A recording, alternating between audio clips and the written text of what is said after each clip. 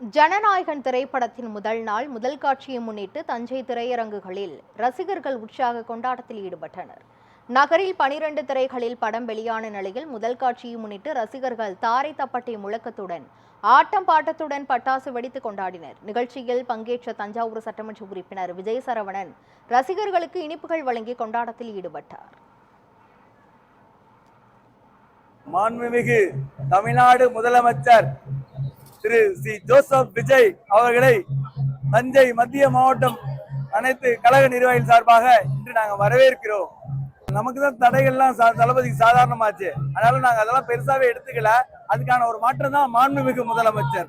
ஒரு பயங்கர எதிர்பார்ப்போட இருக்கும், ஆனா ஒரு மன வருத்தத்தோட தளபதி ஸ்கிரீன்ல பார்க்க போறோம். அது எங்களுக்கு இப்ப பாத்தீங்கன்னா அழுகையா தான் வருது.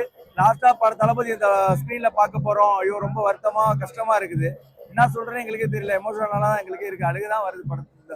ஐயோ இப்படி பார்க்க போறோம், அடுத்தது மாதிரி செலிப்ரேஷன் பண்ண முடியுமா அப்படிங்கிற ஒரு ஆதங்கமும் கஷ்டமும் பெரிய மனசு கஷ்டமா இருக்கு. ஆனா தளபதி ஸ்கிரீன்ல இப்படி பார்க்க போறோம், முதல்வரா ஃபர்ஸ்ட் பார்க்க போறோம் அப்படிங்கிற ஒரு தான் நல்லா எதிர்பார்ப்போட இருக்கும்.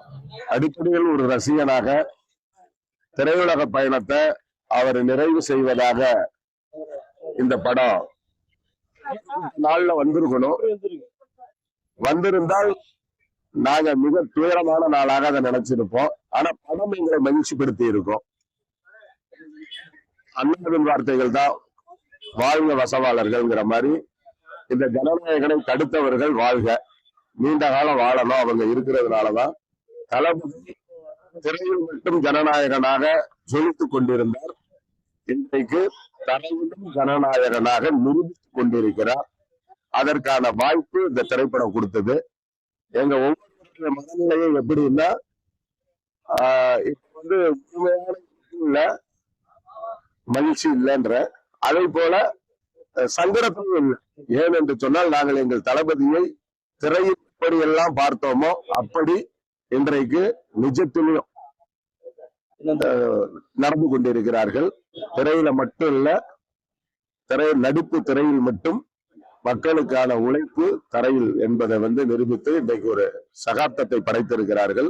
அப்படிப்பட்ட ஒரு தலைவனை நாங்கள் திரையில காண்பதில் அடிப்படையில நாங்க எல்லோருமே ரசித்து ரசித்து அவரை நேசித்து வந்தவர்கள்ங்கிற அடிப்படையில ஜனநாயகன் திரைப்படத்தை மகிழ்ச்சியோடு வரவேற்கிறோம்.